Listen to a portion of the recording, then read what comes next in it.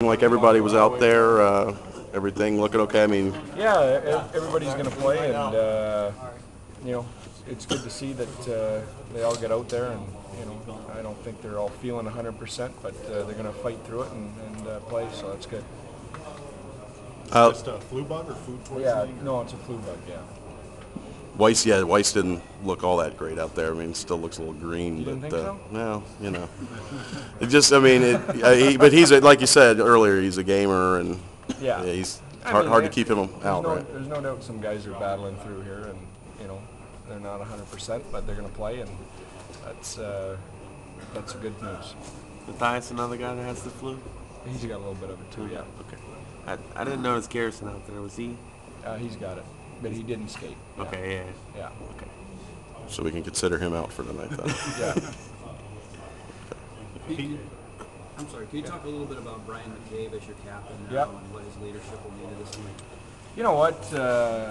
Brian's been great. I didn't know a lot about Brian before he came here. I had picked Paul Maurice's brain, who had him in Toronto, and really liked him. Paul had great things to say about him, about his leadership, about his character. Things that you don't really know about Brian McCabe. I mean, I don't think it's common knowledge. This guy shows up at the rink every day with energy, and he's got a real passion to play. He's played in the league for, I think, over 800 games. He still shows up every day and loves to get on the ice. And for our group and a young group that we've got, that's infectious. A lot of things infectious. Yeah. After 9 preseason games, is everybody a little anxious to get this thing started for real?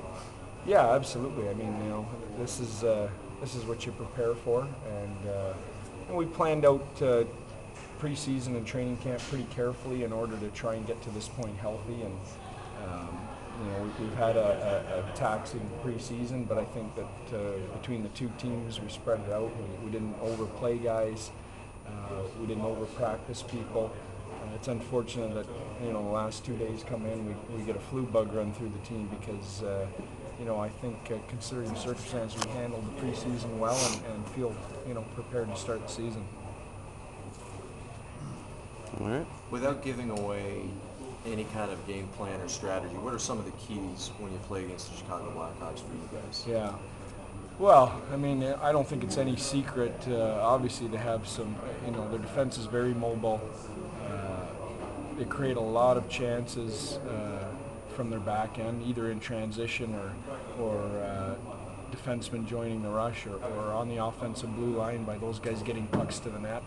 So we've got to get pucks in behind them. You can't turn the puck over in the neutral zone against this team. They're deadly in transition, and you've got to stay out of the penalty box. I was watching their power play yesterday, and Pat Kane and Taves on the half wall are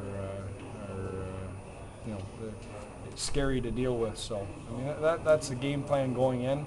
It's early in the season. Having said that, we know we're going to make some mistakes, and we've got to try and be resilient here, get some good goaltending. Any advantage or disadvantage to playing a team twice in a row? Well, from a preparation point of view for the coaches, there's an advantage in that you can really concentrate on systems and really get a read on what the other team does. Traditionally during the season, it's a day-to-day. You've got different teams, different system, different coaching styles, different players. So your preparation is different than when you get to go back to back. I think you can concentrate on a lot more details when you get a team twice in a row. And I would think going into a season, you've known that Chicago's coming up. You've been able to prepare. We've had all summer to work on tape. Yeah. The defenseman you have, Kulikov. Yeah. Can you talk about his role? What do you expect to see out of him? Yeah, this kid has come in, and I've never been a big fan of rushing young guys. I haven't been a former junior coach. I've been on the other end of it, and I've seen a lot of them rushed in maybe when they're not ready. So, I go in to situations like that with a little different perspective. And so the fact that he's still here and still fighting for a job, and we've signed him, he's going to start and play the first 9 or 10 games and see how he does, I think really is a testament to how well he's played, because I didn't have in my mind coming into camp that by any means that he was going to be here for sure, and he's earned that right. So he'll play tonight? Yeah. People talk about the Hartford Whalers producing a lot of coaches, like former players, and I look at the Windsor Spitfires, and I believe you were a Windsor Spitfire. Yep. Joel was a Spitfire. Yep. Claude Julien, there's probably some Don other guy. Cherry. Don Cherry. Good Don, yeah.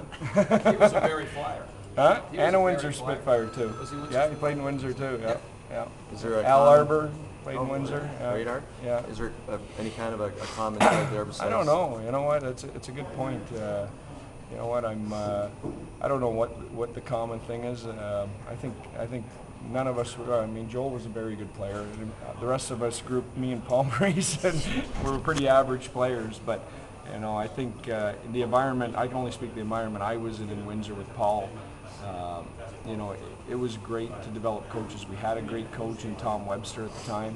Went on to coach the Rangers and LA Kings. Yeah. Jim Rutherford, our general manager at the time, really believed in young people and gave both Paul Maurice and I a chance to coach at an early age in junior hockey, which is rare. So, you know, I was feel very fortunate to have gone through Windsor and that organization.